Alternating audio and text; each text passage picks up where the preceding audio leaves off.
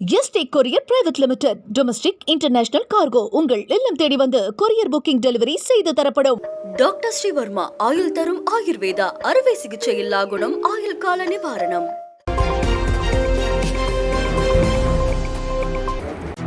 தமிழகத்தில் பெண்களுக்கு எதிரான குற்றச் சம்பவங்கள் மிகவும் குறைந்து வருவதாக முதலமைச்சர் மு.க.ஸ்டாலின் தெரிவித்திருக்கிறார்.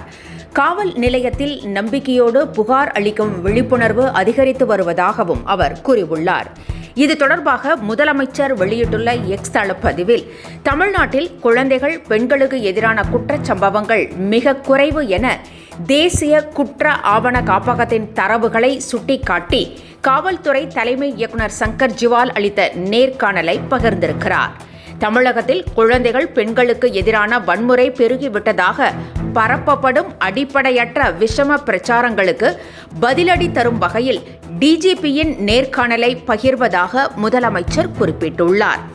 குற்ற ஆவண காப்பகத்தின் தரவுகளின்படி குழந்தைகள், பெண்களுக்கு எதிரான குற்றச் சம்பவங்கள் மிக குறைவாக நடைபெறும் மாநிலங்களில் தமிழகம் ஒன்றாக இருக்கிறது என முதலமைச்சர் கூறியிருக்கிறார். அதே நேரத்தில் போக்சோ குற்றங்களை எந்தவித அச்சமும் இல்லாமல் காவல் நிலையத்தில் நம்பிக்கையோடு புகார் அளிக்கும் வகையில் விழிப்புணர்வு அதிகரித்து வருவதாகவும் முதலமைச்சர் தெரிவித்திருக்கிறார். அச்சமின்றி புகார் அளித்தால்தான் குற்றவாளியை முதல் குற்றத்தின் போதே கைது செய்து தண்டனை பெற்றுத்தர முடியும் என்றும், விரைவான விசாரணை, அதிகபட்ச தண்டனை, முன் விடுதலை இல்லை என்பதை அரசின் கொள்கை என்றும் முதலமைச்சர் மு.க.ஸ்டாலின் பதிவிட்டிருக்கிறார். முதலமைச்சர் மு.க.ஸ்டாலின் தன்னைத்தானே புகழ்ந்து கொண்டு போலி விவசாயியாக காட்சி அளிக்கிறார் என இபிஎஸ் பதிலடி கொடுத்திருக்கிறார். தனக்கு சான்றிதழ் அளிக்கும் தகுதி முதலமைச்சருக்கு இல்லை என்றும் அவர் சாடியுள்ளார். இது தொடர்பாக அவர் வெளியிட்டுள்ள அறிக்கையில், மீத்தேன், ஹைட்ரோ கார்பன் திட்டங்களுக்கு அனுமதி அளித்து டெல்டா மாவட்டங்களை பாலைவனமாக ஆக்க முதலமைச்சர் மு.க.ஸ்டாலின் முயற்சித்ததாக குற்றம் சாட்டியுள்ளார். ஆட்சிக்கு வந்தவுடன் 3 ஆண்டுகளாக குறுவை சாகுபடி காப்பீட்டு திட்டத்தை வழங்காத போலி விவசாயி முதலமைச்சர் ஸ்டாலின் என்றும் அவர் குற்றம் சாட்டியுள்ளார். இந்தியாவிலேயே அதிக கடன் வாங்கி முதல் இடத்தை பெற்றிருக்கும் முதலமைச்சர் மு.க.ஸ்டாலினை தமிழக மக்கள் மனதில் சீர்தூக்கி பார்த்து மக்கள் விரோத திமுக ஆட்சியை வீட்டுக்கு அனுப்பும் போது அவர்களது எதிர்பார்ப்பு என்ன என்பது புரியும் என்றும் இபிஎஸ் தனது அறிக்கையில் குறிப்பிட்டிருக்கிறார்.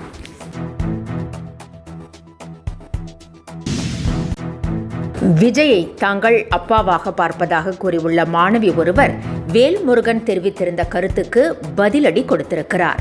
பள்ளி இறுதி தேர்வுகளில் சாதித்த மாணவ மாணவியர்களுக்கு விருது வழங்கும் விழாவின் போது விஜய் மாணவிகள் மீது தோளில் கை போட்டதாக தமிழக வாழ்வுரிமை கட்சித் தலைவர் வேல்முருகன் கடுமையாக விமர்சனம் செய்திருந்தார். இது சர்ச்சையை ஏற்படுத்தி இருந்த நிலையில் இன்று 3வது கட்ட கல்வி விருது வழங்கும் விழாவை விஜய் நடத்தினார். அப்போது பேசிய மாணவி ஒருவர், விஜயை நாங்கள் அப்பாவாகவும் அண்ணனாகவும் பார்ப்பதாகவும் உயிராக நினைப்பதாகவும் கூறியிருக்கிறார். இப்படியெல்லாம் பேசக்கூடாது என்றும் அந்த மாணவி கூறியுள்ளார். மருத்துவ கழிவுகளை பொது இடங்களில் கொட்டினால் குண்டர் சட்டத்தின் கீழ் கைது செய்ய வகை செய்யும் மசோதாவுக்கு ஆளுநர் ஒப்புதல் அளித்திருக்கிறார். தமிழகத்தில் உயிரி மருத்துவ கழிவுகளை பொது இடங்களில் கொட்டுவோர் மீது குண்டர் சட்டத்தில் கைது செய்ய நடவடிக்கை எடுக்க வகை செய்யும் மசோதா ஏப்ரல் மாதம் 29ஆம் தேதி சட்டப்பேரவையில் குரல் வாக்கெடுப்பின் மூலம் நிறைவேற்றப்பட்டது. இது ஆளுநர் ஒப்புதலுக்காக அனுப்பி வைக்கப்பட்டது. இந்த மசோதாவிற்கு ஆளுநர் ஒப்புதல் அளித்திருப்பதால் அது சட்டமாக அமலுக்கு வந்திருக்கிறது.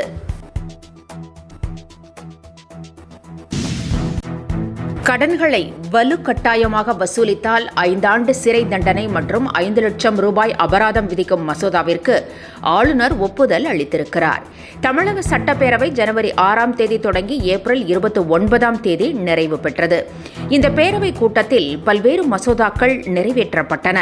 கடனை வசூலிக்க சட்டவிரோத செயல்களில் ஈடுபடுவோருக்கு சிறை தண்டனை விதிக்க வகை செய்யும் மசோதாவை துணை முதலமைச்சர் உதயநிதி ஸ்டாலின் தாக்கல் செய்தார். தேவையற்ற செல்வாக்கை பயன்படுத்துவது உள்ளிட்ட பல்வேறு சட்டவிரோத நடவடிக்கைகளின் மூலம் கடனை வசூலிப்போருக்கு 3 அல்லது 5 ஆண்டு வரை சிறை தண்டனை விதிக்கவும் 5 லட்சம் ரூபாய் வரை அபராதம் விதிக்கவும் அல்லது இரண்டும் சேர்த்து வழங்கப்படும் என்றும் அந்த மசோதாவில் குறிப்பிடப்பட்டுள்ளது. இந்த மசோதாவிற்கு ஆளுநர் இன்று ஒப்புதல் அளித்திருக்கிறார். பாஜக ஆட்சியில்தான் கீழடி கவனத்தை பெற்றதாக தமிழிசை தெரிவித்திருக்கிறார். இது தொடர்பாக அவர் வெளியிட்டுள்ள எக்ஸ் தள பதிவில், கீழடி தொடர்பாக உணர்ச்சி வசப்படக்கூடிய பிரச்சாரங்களை செய்து மக்களை திசை திருப்ப முயற்சிப்பதாக குற்றம் சாட்டியுள்ளார்.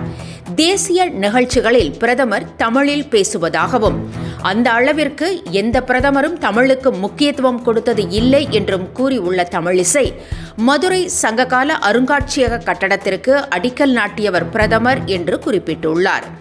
ஓலைச்சுவடிகளை டிஜிட்டல் மயமாக்குவதில் தொடங்கி சங்ககால ஆய்வுகளை நடத்துவது வரை தமிழை பாஜக கண்ணியத்துடன் பாதுகாப்பதாகவும் தமிழிசை கூறியுள்ளார்.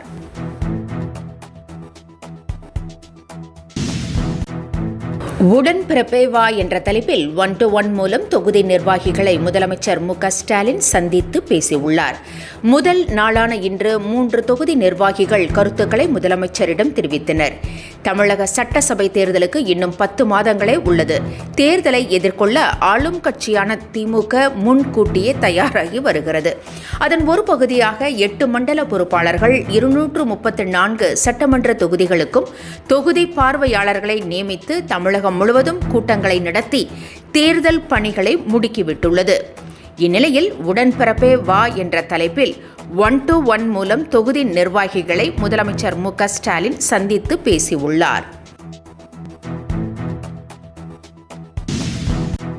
திமுக கூட்டணியில் சலசலப்பை ஏற்படுத்த சிலர் முயற்சிப்பதாக திருமாவளவன் குற்றம் சாட்டியுள்ளார். திருச்சியில் செய்தியாளர்களிடம் பேசிய அவர், திமுக கூட்டணியில் கூடுதல் இடங்களை கேட்போம் என்றும் கூட்டணி ஆட்சி என்ற கொள்கையில் உறுதியாக உள்ளோம் என்றும் கூறினார். 2026ஆம் ஆண்டு பாஜக ஆட்சி என அண்ணாமலை குறிப்பிட்டதற்கு பதிலளித்த திருமாவளவன், பாஜக அதிமுக கூட்டணியை சிதைக்க அண்ணாமலை முயற்சி செய்வதாக விமர்சித்தார். பள்ளி இறுதித் தேர்வுகளில் சாதனை படைத்த மாணவர்களுக்கு இன்று 3வது கட்டமாக விருதுகளை வழங்கி பாராட்டிய விஜய் தொடர்ந்து களப்பணிகளிலும் ஈடுபட்டு வருகிறார். அவரை பல்வேறு அமைப்புகளைச் சேர்ந்த நிர்வாகிகள் இன்று சந்தித்து பேசினர். சென்னை பனையூரில் உள்ள கட்சி அலுவலகத்தில் நடைபெற்ற சந்திப்பில் பரந்தூர் விமான நிலைய பிரச்சினை தொடர்பாக விஜயை அந்த பகுதி மக்கள் சந்தித்து பேசினர்.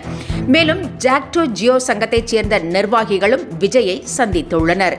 இவ்விரு பிரச்சினைகள் தொடர்பாக விரைவில் தமிழக வெற்றிக் கழகம் போராட்டங்களை முன்னெடுக்கும் என்று தெரிகிறது. Yesterday courier private limited domestic international cargo உங்கள் இல்லம் தேடி வந்து கொரியர் புக்கிங் டெலிவரி செய்து தரப்படும். டாக்டர் ஸ்ரீவர்மா ஆயுள் தரும் ஆயுர்வேதா அறுவை சிகிச்சை இல்லா குணம் ஆயுள் கால நிவாரணம். என்றும் உங்களுடன் மை இந்தியா. முக்கிய செய்திகளை உடனுக்குடன் தெரிந்து கொள்ள சப்ஸ்கிரைப் பண்ணுங்க, பெல் பட்டனை பிரஸ் பண்ணுங்க. என்றும் உங்களுடன் மை இந்தியா.